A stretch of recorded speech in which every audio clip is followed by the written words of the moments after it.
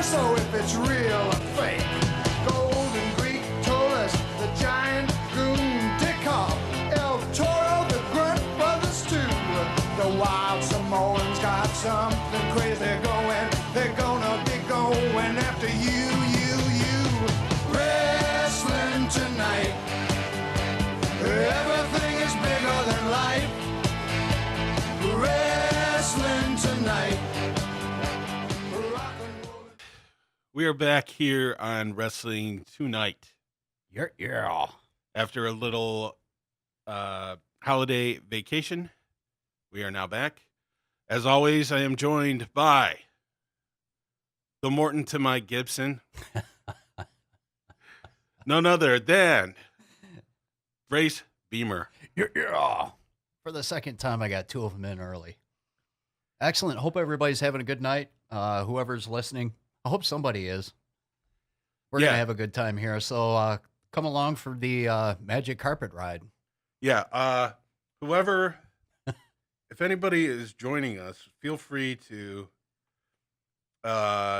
join in the discussion. Today, we are going to be talking about not necessarily the greatest tag teams of all time. You know why? Because I was trying to do that, and it's way too tough. It's too hard because there's too many guys. I mean, there's teams that I didn't really care about, but they definitely contributed largely to tag team wrestling in one way or the other. Okay. Like, for instance, the Road Warriors. I mean, I know the Road Warriors would be on a lot of people's favorite list. They were okay. I mean, when I first started watching it, I liked them, but they were never my favorites. Yeah. And I don't know why. I mean, they were cool. They looked cool and everything. And I mean, they were like young and hip, especially compared to like the other people that they were wrestling in the AWA when we first started to watch it. So for our purposes tonight, kind of like last time when we talked about our favorite wrestlers, we're going to be talking about our favorite tag teams, not necessarily the greatest tag teams of all time. Before we get into that, though, I do want to mention a couple quick things. First of all, huge loss last week to the pro wrestling world. Mean Gene Okerlund passed away. And just want to talk about what I mean, he's a guy that you didn't like really think about back in the day. He was always there. Yeah. But you just never realized like what a huge part of pro wrestling he was growing up. A monster part. And kind of like announcers, play-by-play guys, kind of the same deal. Mean Gene was huge. He was probably one of the most recognized performers in pro wrestling history, I would say. I mean, from the AWA, that huge territory, and then into WWF and that big territory, and then the expansion, everybody knew who Mean Gene was. Yeah, and definitely, I mean, there's no doubt about it. I mean, if a pro wrestler dies, I mean, like even when Bobby Heenan died, I mean, Heenan is definitely up there. Yeah. But there's cases to be made for other guys for being the best manager of all time. Sure. Who compares to Mean Gene? I mean, I couldn't think of anybody that compared to Mean Gene. No, not really. I mean, there was guys that we liked, that were kind of goofy, like Larry Nelson or Ken Resnick or people like that. But just Mean Gene was just, he was just the top dog, the pinnacle of his profession, and a class on its own. Yeah. So R.I.P. to Mean Gene. Yeah, definitely. Mean Gene Okerlund. He will sadly be missed. 74 years old, I believe. I think he was 76. Oh, really? Yeah. Also, just a couple other things real quick. Since we're going to be talking about tag team wrestling, just announced last week, Ring of Honor Wrestling, in association with NWA Wrestling, now run by Billy Corgan from the Smashing Pumpkins, is going to be bringing back the Crockett Cup. Any thoughts on that? But, I mean, I'm laughing. I mean, it's cool, but it's just so odd because Well, I mean, if it works, I'm sure they have fans and they'll be excited about it. It's cool to bring the tag teams, bring the tag teams back and get them some notoriety because the tag team wrestling seemed like it died with regular wrestling a long time ago, at least in my book. Yeah. I mean, that'll be interesting to see who they bring in and what they do. But on top of that, uh, one other thing that I want to mention is uh, some big news from last week. Um, the Young Bucks and Cody Rhodes just announced their new wrestling promotion. It's going to be called All Elite Wrestling. They've already signed a few people. I was going to go through the list and see who they signed already. I believe they said that Jim Cornette and Jim Ross are going to be the announcers. That's one thing. But let's get into our topic. Good luck to those guys on that. Yeah. So I'll let you go first with your number one most favorite tag team of all time. All right, number one, the Rock and Roll Express. Really? Yeah, shock, right? I am kind of shocked at that. Yeah. Really? Yeah, I am. No kidding. Rock and Roll Express, Ricky Morton, Robert Gibson. They applied their trade as a tag team in the Memphis or Mid-Southern, the Mid-South area, later known as UWF, for Bill Watts. Mid-Atlantic, World Championship Wrestling, Smoky Mountain Wrestling. They had great matches with everybody. They would have a great match early on in Memphis against, I'm just going to say the Moondogs, for example. Right. And then later in their career, they would have matches against the Gangsters.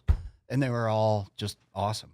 Those guys were great. My favorite, probably, two of my favorite wrestlers ever. I patterned a lot of myself after, a little bit off of both of those guys. Yeah.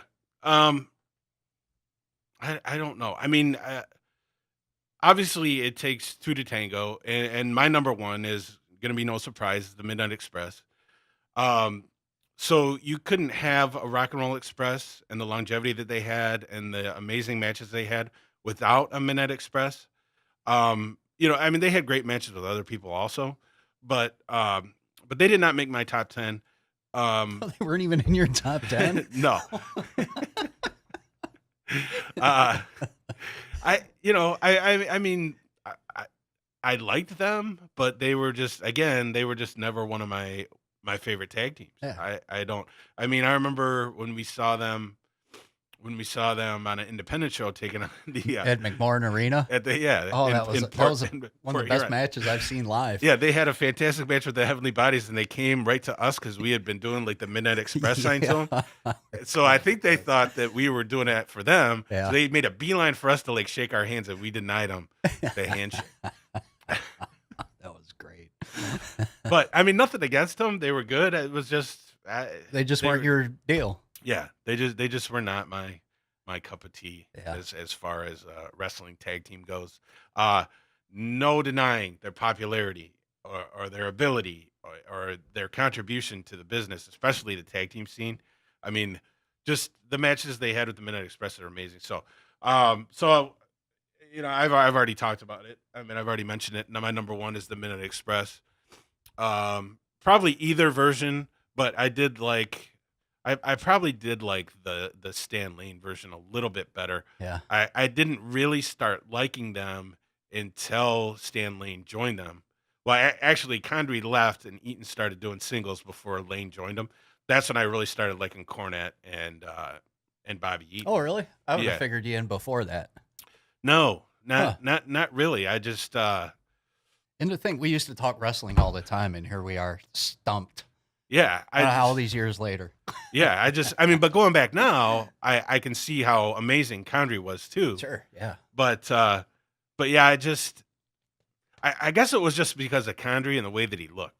Because he seemed like so much older. He probably wasn't, but he just seemed older.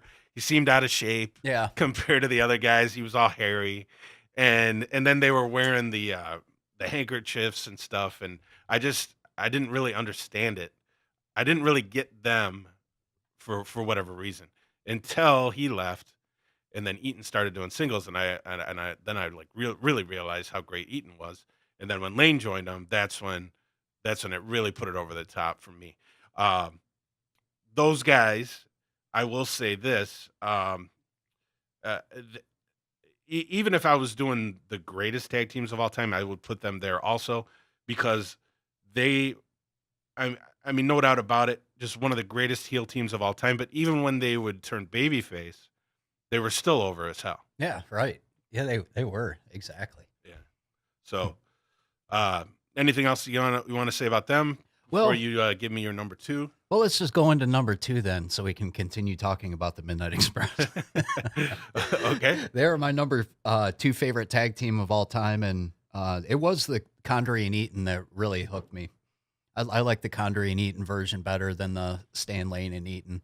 I love the heat that the Condrey Eaton Midnight Express could get. I just thought they were so good.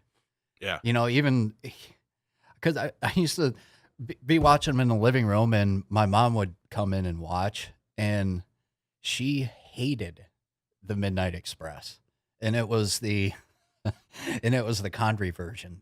Yeah. She hated the Midnight Express and Ric Flair. I remember that. Yeah. Yeah. But the Midnights, I mean, they have a history that goes way back, you Yeah. know, with Randy Rose and Oh, yeah. Dennis Condrey and Yeah, Norval forgot Austin about all and that, yeah. But Right. but yeah, Midnight Express by far, and kind of like you, for the all-time greatest tag teams, I would probably put Rock and Roll at 1 and Midnight 2, you know, for my money. Yeah. Uh, I mean, if I was to talk about the greatest, I would have to put the Midnight Express, or I'm sorry, the Rock and Roll Express in there somewhere. Yeah. But just as far as me and my personal preferences, the Rock and Roll Express just were never one of my favorite teams. Um, so I think we covered Rock and Rolls and Midnights quite a bit. So going on to my number 2, and that is the Hart Foundation. Jim the Anvil Neidhart, Bret the Hitman Hart, and Jimmy Mouth of the South Hart. Um, I remember the very first time that I saw them, they were probably in a squash match together, and I might have seen them in singles matches before. I don't remember if I did or not, but I remember my next door neighbor, Tom Irwin, who, you know, started watching wrestling with me. He called me up like immediately and was like, because I remember like being like totally impressed by Bret Hart right off the bat, and he called me up and he's like, oh my God, did you see that new tag team? I'm like, yeah. He's like, which guy do you like better? I was like, I don't know, who'd you like better? he's like, the Anvil was awesome. I was like, oh, okay, well, I like Bret better, but I mean, Anvil was great too. Well, they were trying to push Anvil before Bret Hart when you start, you know, that you brought up the singles. I'm sure you saw him in single matches. Yeah, I probably you know? did. I probably did, but you know, just nothing probably stood out until they became a tag team together to me. But yeah, just you know, and then they almost hit, it. It seemed like after those guys were a successful tag team, a lot of guys tried to emulate them, like by having kind of like the power guy, and then having the like Yeah, well, that's the, like, kind of been faster around for a while. technical guy. They But I think those guys kind of popularized it They with the did. big machine. You know? yeah, definitely. But you know, I don't remember how many tag team titles they won, but those guys also were like, you know, super hated as heels and super over as babyface. Oh, and they were good too. Yeah. Oh, and you know, speaking of the Rock and Roll Express not being in your top 10, guess who's not in my top 10? The Hart Foundation. I don't know. Well, okay. But I it's could- the same deal. I could, you know, they were good, you know, and all that. They had great matches, but it just kind of wasn't yeah. my bag. Yeah.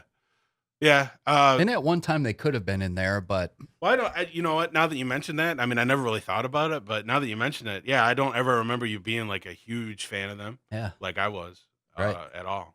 So, all right, where are we at? We're at number You're 3. number 3, right? That's So correct. who's your number 3? The fabulous Freebirds. Buddy Roberts, Terry Gordy, and Michael Hayes. I took some liberties with that one. I mean, they're kind of a tag team and then a group, a faction at the same time. Fabulous Freebirds, probably the greatest 6-man ever in the history of the sport, as far as I'm concerned. And they were kind of billed that way, which gave them, made them a little more special. But that whole Fabulous Freebird gimmick, Fantasia, going from territory to territory, selling out. You can see all their stuff on the internets. Fabulous. Yeah, I was never again nothing against these guys, but they were just never really my favorites for whatever reason. I thought they were all real solid workers. If you pit them against the Von Erichs, then of course I'm going to vote for them, the Freebirds. But I just never really got into them all that much. I don't know why. Well, I think part of that is probably because a lot of what you saw of them was world class, and it's just kind of a different style down there. And working with the Well, with the Von Erich boys. well, there was that, but I mean, they came into UWF too, and UWF was probably my favorite territory, or at least at the time it was my favorite territory. They made a huge deal about them coming in, but they never really. I mean, they would team up, but then almost immediately, Gordy won the world title, or it seems like they weren't in there very long. Oh yeah, the So- last time they were in there. Yeah. Yeah. And I think Buddy Roberts had had like the TV title. So it's not like they made him team up all the time. I mean, obviously they would team up sometimes still. And then Michael Hayes started doing play-by-play or color commentary also. So they almost kind of broke him up. Yeah, it wasn't almost the right off the true bat. Freebird package that you normally got, that all the other territories got Yeah. at that time. Yeah. I mean, it might have been a different deal if they would have done the original thing in WWF with the Rock and Wrestling Connection when they had David Wolf as their manager. I mean, if they would have gone on with that, if they wouldn't have been able to They would have been stay huge. in that, yeah, I mean, that might have been a different deal for me. But remember who knows? I was so excited when they showed up in WWF. Saw them on TV. I was like, man, I was so fired up, and then all of a sudden they were gone. Showed up in AWA. But yeah, Fabulous Freebird's my number 3. How about you? All right. My number 3 is, and I actually liked these. Well, I think these guys probably made their WWF debut before the Hart Foundation. At least that's what I remember anyway. And that is the British Bulldogs. Like I really liked the British Bulldogs before the Hart Foundation, but it wasn't too long after the Hart Foundation debuted, and I liked them better. Yeah. But I still loved watching the British Bulldogs. I mean, it's kind of like the Rock and Roll Express, Midnight Express thing. They had like an amazing feud with the Hart Foundation, but they also had, I mean, they had that. I don't know if I could even really call it a feud, because I mean, they had a few matches with Beefcake and Valentine, which led them to WrestleMania 2, and then they won the belts from them. And I think they might have had. Well, that some was a rematches, legit but- feud. You think so? Yeah. Yeah. The way I remembered it, it was. I mean, it probably was. I just don't necessarily remember their matches that much, besides the WrestleMania 2 match Yeah. that they won the belts. But another team that I felt was very innovative. They were both like smaller, not even smaller, but shorter guys. It seemed like they were trying to really kind of push their athleticism and their quickness. Yeah, it was a different And style. yeah, the totally different style. I mean, even though that they were like more like smaller guys, they still were kind of like more hard hitting, or it seemed to be. Yeah. Like the stuff they did was a little bit more snug. Definitely Dynamite. The stuff that Dynamite was doing. Yeah, you just was, made it look good. was super snug. Yeah. And well, let's keep talking about it because that happens to be my number 4. So Oh, okay. Perfect. British Bulldogs, Davy Boy Smith, Dynamite Kid. You almost couldn't. I don't know if there was another team in the WWF that I thought that could touch those guys. Yeah. You know, as good as the Hart Foundation was, and then you had like the Rougeau brothers that came in, you know, the Killer Bees, and they had some great tag teams at that point. But the Bulldogs were just a step above. They, you know, because they had all the high flying, and then they kind of went to the, you know, like you said with the Hart Foundation, the power, and then the speed. They kind of wound up that way with Davy Boy and Dynamite. They both could fly, but Davy Boy kind of picked up the, you know, like the strong man Right. Yeah. mantle and kind of ran with that. Yeah. If somebody said they were the greatest tag team of all time, you know, you could argue, but only for longevity, really. Right. That's what I was going to say too. Unfortunately, Dynamite Kid had the back injury that kind of derailed them. Yeah. That plagued him for the rest of his career. And then he got knocked out by Rougeau, or before that, kind of screwed him up. Yeah. Well, well, he was already hurt before that, wasn't he? Because he got hurt before the Rougeaus were in there, didn't he? But then he kind of came back. I mean, he. You know that. I think that was after. I think that was after. Oh, okay. Because they had a bunch of matches with the Rougeaus that were sweet too. Kind of right before Yeah, the Hart Foundation did. I don't know. It still seemed like. You might be right. I could just be getting it wrong. It still seemed like. I mean, because he had the back injury, they lost the belts to the Harts, and then I think they came back a little bit later. So I thought the Rougeau thing happened a little bit after that. Hey. But what was the aftermath of that? The Rougeaus. I mean, nobody got fired over that, did they? No. Okay. No. Because I was thinking the Rougeaus did, but then I remembered that you know Jock was in there as the Mountie in the part of the Quebecers. So. Yeah, nobody really got fired, but in all the interviews that I've watched and read about all the people that were around the Bulldogs at the time, close to them, they all said that Dynamite Kid wasn't the same after he got knocked out. And for anybody who doesn't know, Dynamite Kid was a notorious ribber, like pulling pranks, but he would pull more vicious ones, not really ha-ha ones. And just pulled a little too much. He beat up Jacques Rougeau one night, and Rougeau made a comeback on him a different night. Knocked him out with a roll of quarters. And pretty much, a lot of people say that was the end of Dynamite Kid. Whether I buy that or not, enough people say it, so there's something to it. Yeah, well, I mean, you know, we talked about it a little bit before. And I'm not talking in the ring. I'm just talking as a person. That was kind of, it really hurt his ego.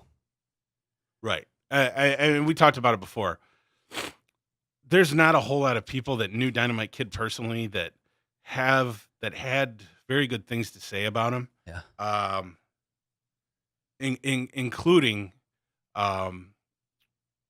Davy Boy Smith. Yeah. I mean, Dynamite Kid did not like Davy Boy Smith. I never really heard it going the other way, but Dynamite definitely did not like Davy Boy. He thought Davy Boy was a what did he call him? Like basically like a dolt, a dimwit.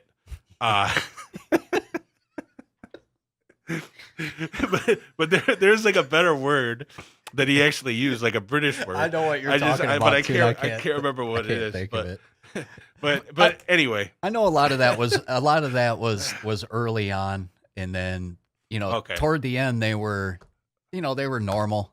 Well, that didn't last very long either, though, because Dynamite ended up hating Davy Boy because he took the British Bulldog name. Yeah, but that's more like sour grapes, All right, let's move on to my number 4, which is unfortunately these guys also got derailed by an injury. They were not around very long, but they were the new breed from the NWA. That's awesome. And I never really realized. I mean, I knew that we kind of liked them, back then, but I never realized the influence that they had on you and I until I watched some of our old matches, or watched some of their old matches, I should say, recently. Anybody that isn't familiar with them, look them up on YouTube. Later on, WWF had a version of the New Breed, but they were like the new ECW New Breed. But that's not who I'm talking about. I'm talking about Chris Champion and Sean Royal. Chris Champion, by the way, passed away last year also. So Yeah, I heard that. R.I.P. to him too. But these guys were in Florida and kind of cut their teeth down there. Dusty Rhodes put them together as a tag team. Apparently, Sean Royal reminded him of his son Dustin, who he was estranged from at the time. But anyway, Dusty was really high on him. They did the gimmick where they were supposedly from the future, from the year 2002. But some of the promos that they did, they were talking about. Well, first of all, they put Dusty over. They were saying that Dusty Rhodes was the president in 2002. They'd always talk about Optimus Prime and Transformers and all this other stuff in their promos. They, as far as like their in-ring work and their promos, I think they were like way ahead of their time. And if the injury didn't derail them, I think that they would have been a top tag team for years after that. I don't remember what year that was. That was probably 87, 88. But I remember liking them. I just always thought they didn't deserve. I mean, like but they were still working their way up at the time. I mean, that's true. I mean, they got airtime, but I mean, come on, they made them feud with Jimmy Valiant and Lasertron, and then they made them feud with. I remember them. They had a match with the Armstrongs, Brad and his dad, Brad and Bob. Yeah. Bob it's Armstrong. I think they were building towards Rock and Roll Express because I remember them cutting promos on the Rock and Roll Express. So they were building towards that, but I don't think that they got an undeserved push right off the bat. I mean, I think they worked their way up. It just wasn't there because I thought I remember them about ready to go after the Midnight Express, but I could be wrong on that. Maybe it was the Rock and Roll. I'm pretty sure it was the Rock and Roll Express because New Breed was still heel at the time. So how long did they last? Like, man, I don't know. Probably a year, a year and a half. But they had all the loud colored tights and they came into the Beastie Boys, Fight for Your Right to Party. They had like mohawks and like stuff shaved in their hair and had like the fancy tights and they were more sunglasses. Of a new breed, Yeah, exactly. And they were probably like what do you think? 10 years ahead of their time, probably.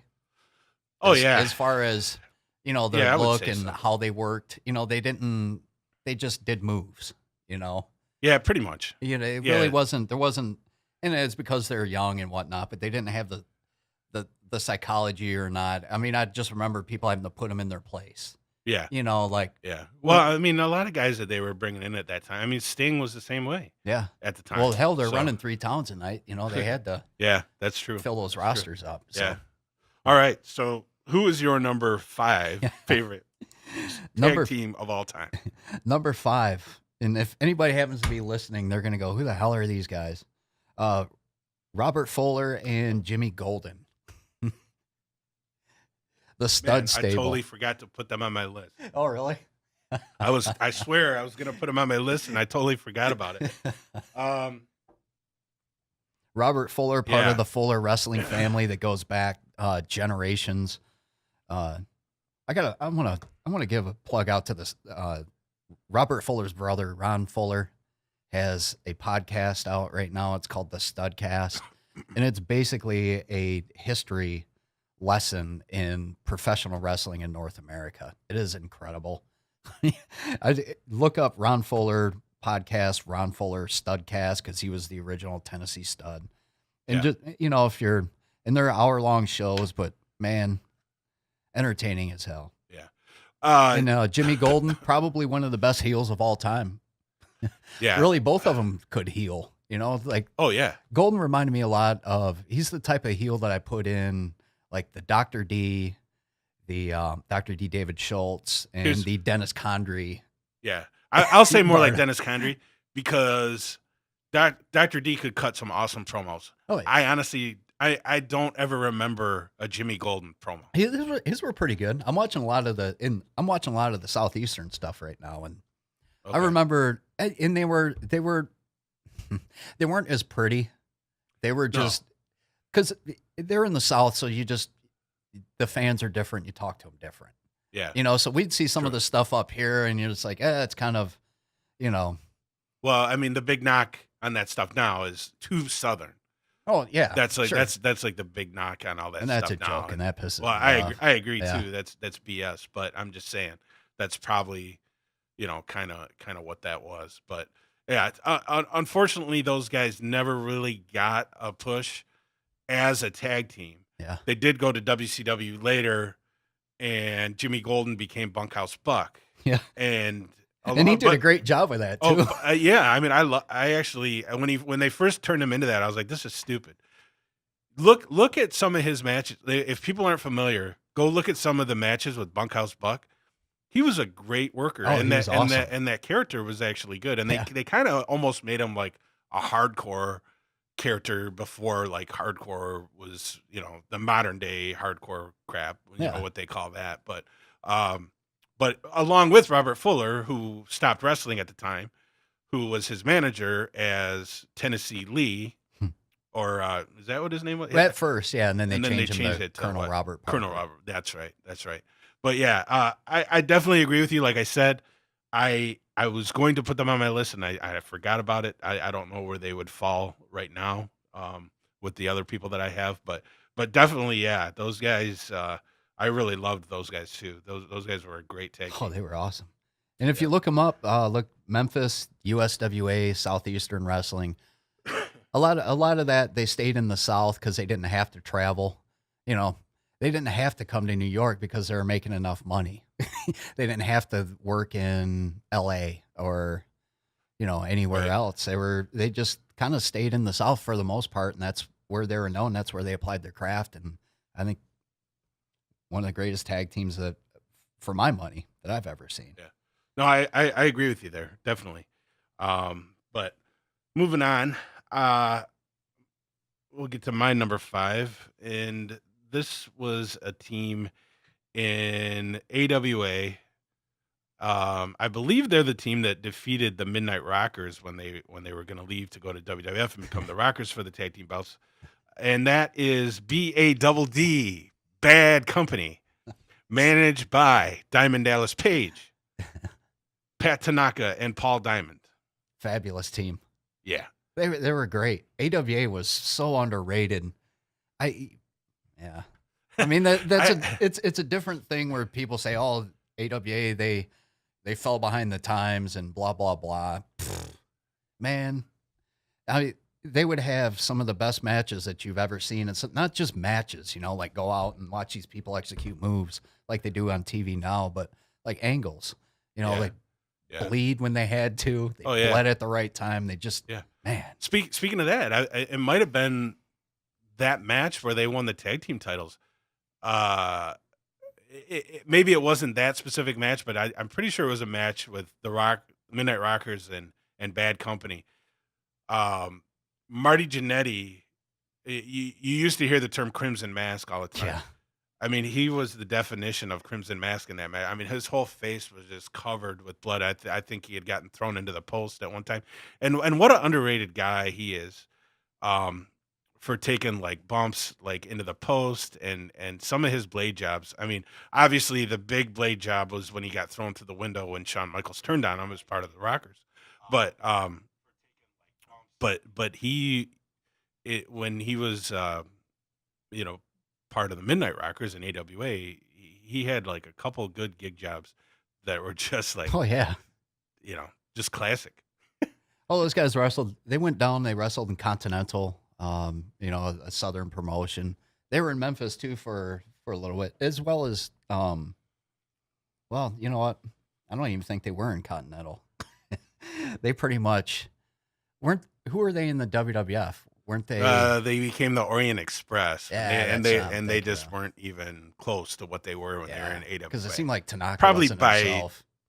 Well, they put Paul Diamond in a mask, Yeah. and he was supposed to be. I think he was Kato. He was supposed to be a Japanese guy.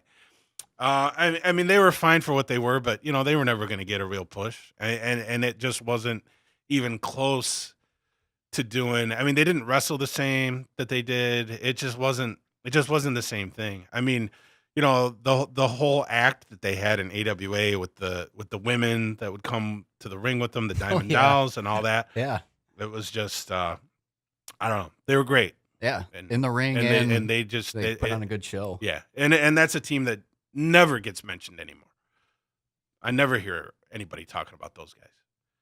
So Yeah, no kidding, because they were only around for another team that just kind of had a shorter run. Yeah, not as short as New Breed, but I mean, right, yeah. They were like what, 3 years maybe? Yeah, I don't know. I mean, maybe even less than that. But, all right, where are we at? We're on your number 6 now. That's correct. Or okay, how are we doing on time? We're about perfect. Okay, my number 6, a team called the Nightmares. Danny Davis and Ken Wayne, a huge influence on me, especially for my Mad Dog Spike wrestling days. Really, one of the most sound tag teams that I've ever seen in my life. They made everything look so easy, and they did things that nobody else was doing at the time as a team. And that's saying a lot because of all the other teams that we mentioned, all the other teams that we didn't mention, all the crap they were doing. And here you have these guys in Nightmares, generally down south and Continental, just putting on fabulous matches over and over again. And when they feuded with each other, I thought it was sweet. Yeah. Kenny Wayne, after they broke up, I mean, I saw a little bit of them as a tag team, but they pretty much broke up right after I really started to see them in Continental. That's when they were working the angle where they broke them up. But after Kenny Wayne turned heel, then I really became a big Kenny Wayne fan. But take nothing away from Dan Davis either. And if anybody doesn't know, he's the one that went on to be the trainer for WWF in Ohio Valley. Yeah. For a long time. I don't know if he's still involved with them or not. Trainer of champions. Yeah. I'm not sure if he's still involved, but I don't know. Yeah. I know he's involved in wrestling in the training aspect. I don't know if it's associated with WWF or not. And these guys were both, I mean, these guys were not tall guys at all. I mean, they definitely looked 7. small. Yeah. But it's like, so they really probably would have never got a shot, especially in those days and like the big leagues. Maybe NWA, maybe even AWA, but WWF definitely, I'm sure, would have not had any interest in them besides maybe squashing them. But yeah, those guys were a great tag team too. I did think about those guys, but I just didn't see them enough as a tag team. I saw them feud with each other, which was an amazing feud. Yeah. But leading up to that, unfortunately I didn't see a whole lot of their tag team stuff. Well, they could be another team that kind of like a lot of people that wrestled in a specific region of the country and never left. They just didn't want to, Right. Well, actually, maybe not the WWF, but like AWA, the different NWA territories and WCW. What? I wonder what that was all about, because I remember like reading about him in the magazines, and actually Joe Bruce, our friend from who later on became Violent J, I remember him talking about the Nightmares, like somehow he had seen them, and was talking about them. So they were like a popular team. So whatever, I'm curious to know.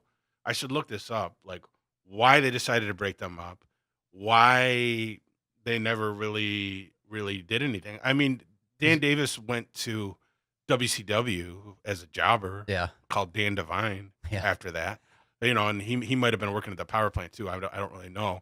Kenny Wayne was like the junior heavyweight champion for a while in CWA, and was like a huge over heel, and then he just kind of disappeared. Because they're even good when they got back together after they broke up. I don't remember them ever getting back together. Yeah.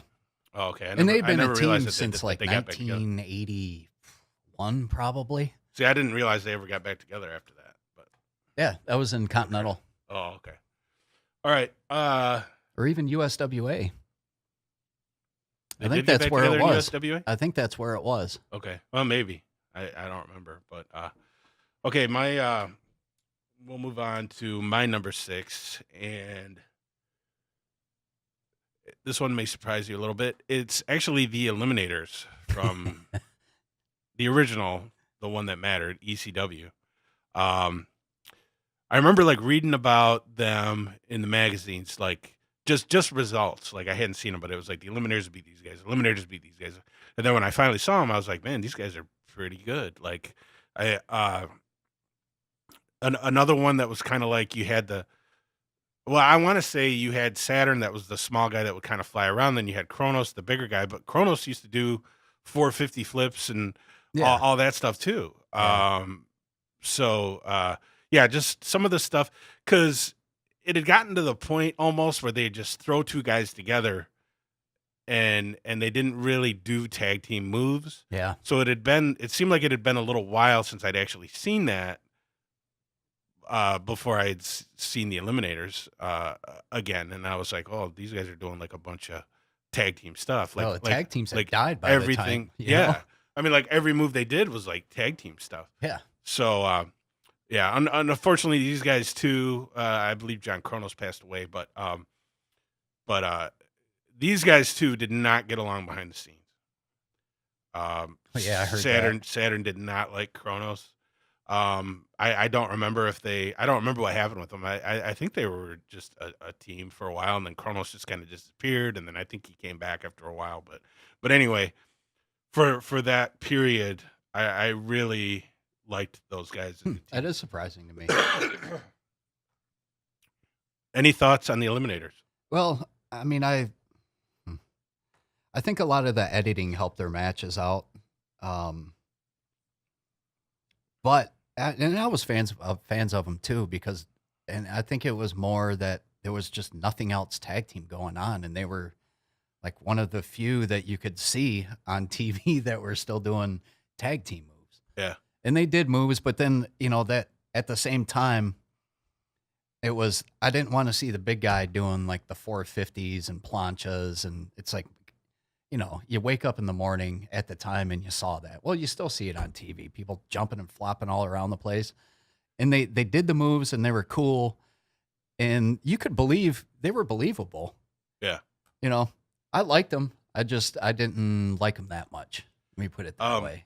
Now I want to say this. It seemed like the very first ECW pay-per-view. It seemed like I want to say that they started off the pay-per-view against the Dudleys.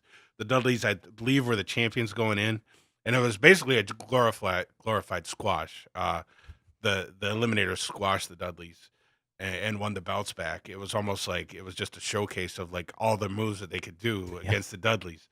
So you could tell that they were thinking that the Eliminators were definitely going to be the future of their tag team division in ECW, but for whatever reason, and it might have been because they didn't get along. I don't know, but then Probably. I yeah, mean, but then we get another great team who's not on my list, but you get the Dudleys out of that Yeah. eventually, and who have become one of the greatest tag teams of all time.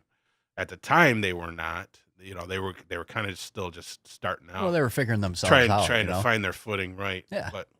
But really, the Eliminators, what I thought, I was hoping was they would be like the tip of the sword for like another run of great tag team action.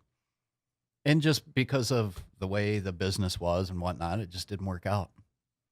right. All right. Who is where are we at? Number 7? Number seven, I have the Sheepherders, otherwise known as the Bushwhackers. Butch Right. Miller and Luke Williams. And I like them from the Sheepherders time, violence, and blood. They had one of the greatest tag team matches I've ever seen against the Fantasticks. And they had Yeah. that sweet cage match or the barbed wire match Yeah. in UWF against the Fantasticks. Yeah. The Sheepherders, world travelers, been around forever. Mhm. And really, I don't remember them having a bad match. Maybe like a couple in WCW, but Other than that, yeah, I mean, what could they do at WCW? They're coming off of one of the most violent Yeah. feuds ever right? in UWF against the Fantasticks, where like they'd all be bleeding and beating the crap out of each other. WCW had gotten away from all that stuff, so um, it was almost like right in between the Sheepherders and the Bushwhackers, Yeah. what they were doing in WCW. Even though they were heels, they almost came off. I don't want to say they came off as comical, but because they had taken away the edge, They were like a parody. yeah, they almost were like a parody, or Yeah. or there was they definitely didn't come off as a legitimate threat to anybody. Sanitized, pasteurized, homogenized. Right. Exactly. So yeah, those guys, they did not make my list. I did think about them at one point, but yeah, definitely the longevity that those guys had. They were in Stampede as what, the Kiwis. Yeah. They were just all over the place. Puerto And, Rico. yeah, Got to just see a lot of them on Pro Wrestling this week. Too. right, exactly. World class. Those guys probably at that point in their career where they went to WWF, they probably welcomed the change though. They didn't have to do all that hardcore stuff anymore. They were like hugely over. Oh man, they probably sold as so the many Bushwhackers. gimmicks. Yeah. And they're more remembered for being the clowns than they are the Yeah, the totally. violent great tag team that everybody remembers them by. Exactly. Go figure. Yeah. Like if anybody is not familiar with their previous work as the Sheepherders and UWF, go check that out and you'll probably be shocked if all you know them as is the Bushwhackers. Put it this way, the Bushwhackers is for your little children, and then the Sheepherders is for the adults. Yeah. All right, what about your all right. My number 7 is actually John Tatum and Jack Victory. Nice. I forgot all about those guys. When I first started watching UWF, those guys were tag team champions in there. Yes, I remember you liking them a lot. I'm laughing, I was a bigger fan of John Tatum. yeah, But as a team, they were good. I mean, Jack Victory obviously went on to do a bunch of different gimmicks. ironically with the stuff, Sheepherders as well. Yeah, exactly. True. But that era when they were in UWF, and then they went to World Class and were a tag team in there too. And I want to say they might have won the belts in there they were in there for a short time as a tag team. Yeah. And then that might have been it for them. I don't remember them being a team much after that. But Well, who did Victory show? Didn't they have a couple matches in WCW? not John Tatum. Huh. I don't think. Victory later became one of the Russian assassins. Oh, you know who he was with? He was with Rip Morgan as whatever they were called. They weren't they? No, they weren't. They were the like New Zealand militia yeah. or something like that, Yeah. like a ripoff of the Sheepherders. Yeah, and they lasted But- for a while too. Yeah, they did. I mean, they actually were an okay team. Yeah. I mean, they were never meant for anything more than to be Mid-carders. mid-card guys. Yeah. Put over like the other teams. Gotta but- have them. Yeah, exactly.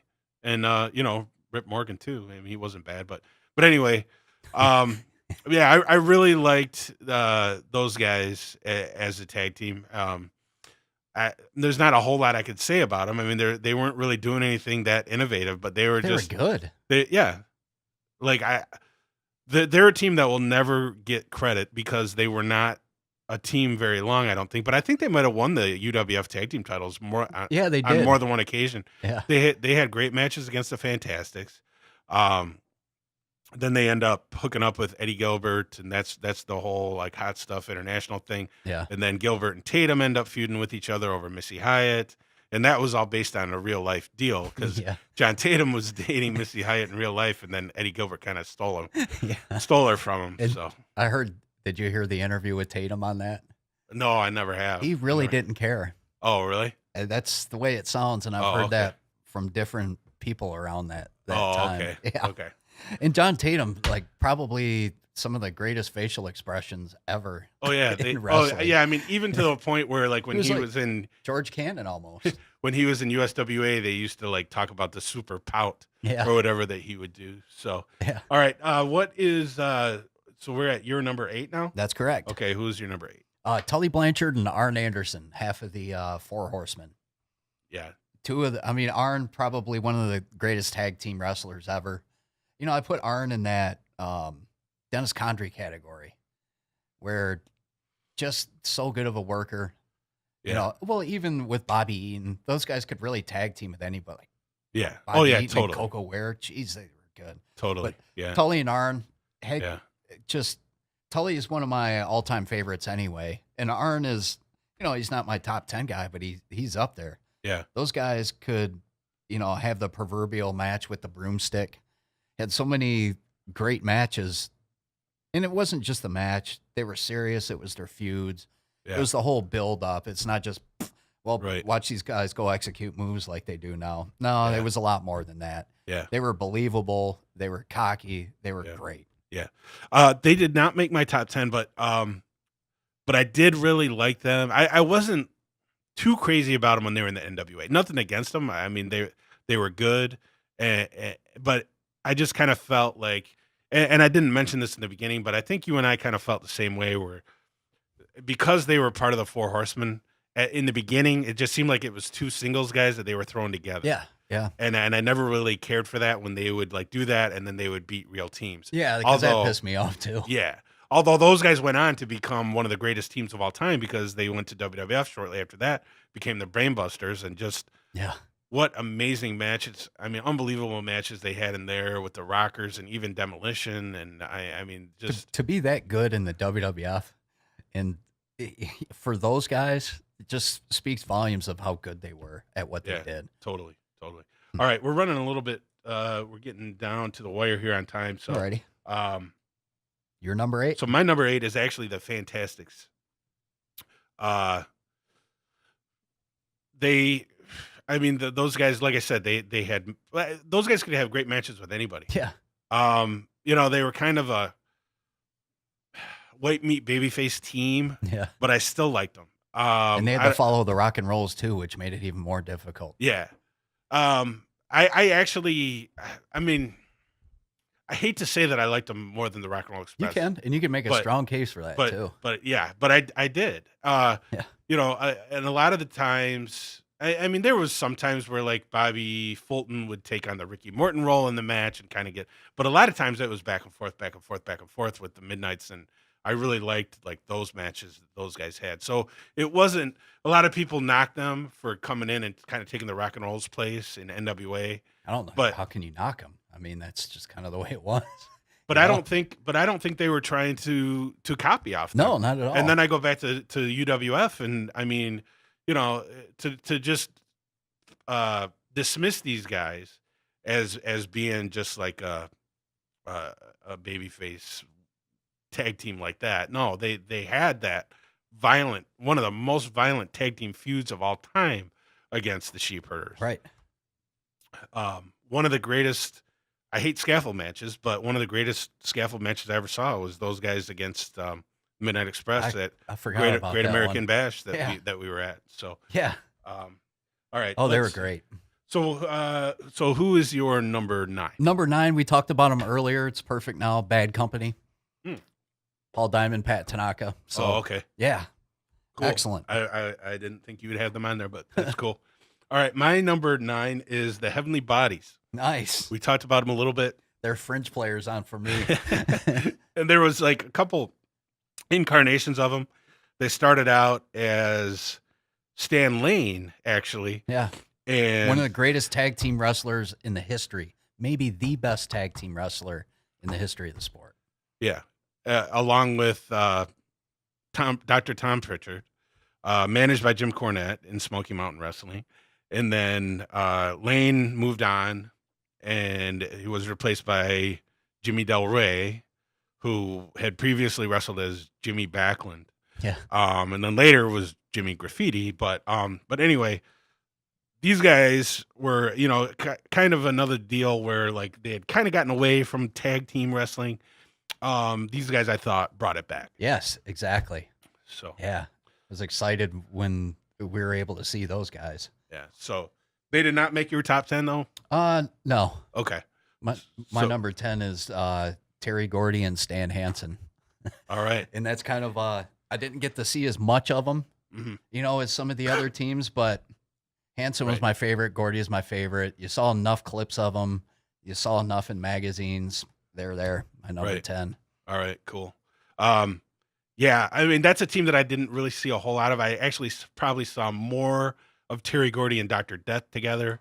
Oh, in the And 90s? those guys, yeah, and I mean those guys were an amazing. Those guys were just like a brutal, awesome team as well. But I mean, I have seen a little bit of Hanson and Gordy, and just great what those guys did too. Yeah. But all right, so that brings me to my number 10, and that is the Samoan SWAT team. Nice.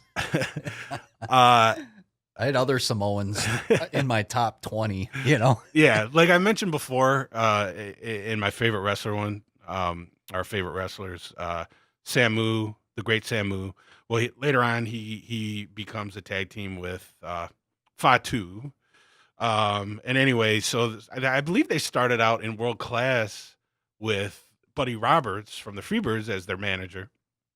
Remember that? And they used to come into "Don't Worry, Be Happy," the Bobby McFerrin song. And then from there they went to NWA. Then they went to WWF as the Head Shrinkers. Well, because I remember seeing them in Continental. Are you sure? Oh, I'm thinking of the Headhunters, right? Yeah, remember I came back from Alabama because we saw them they were in International as well. Oh, weren't you're they? thinking of the New Guinea Headhunters. Oh, yeah. Yeah, my bad. Yeah, I am. that was Good job. different. Yeah, those guys were different. But Well, we saw them at the Silverdome against the Road Warriors, I think. The Samoan SWAT team. you know what? I didn't go to that show. Oh, you didn't? I didn't go to that show with you. No. Oh, okay, yeah. I remember 'cause you met telling me Lance about Russell it, but I there. couldn't go. Yeah. I couldn't go to that one, Yeah. unfortunately. So Yeah, they were great. I mean, they yeah. those guys, if they would have stayed around, you know, you figured they were gonna because of the Samoans, you know. Yeah.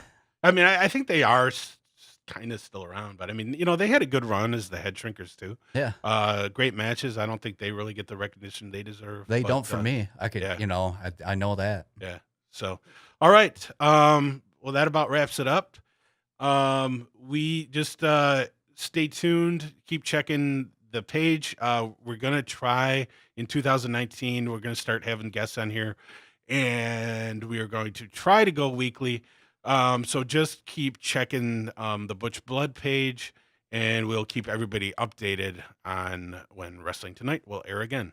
And Perfect. thank you, Brace Beemer, for being here. Yeah. And we will see everybody hopefully next week. Have a good night, everyone.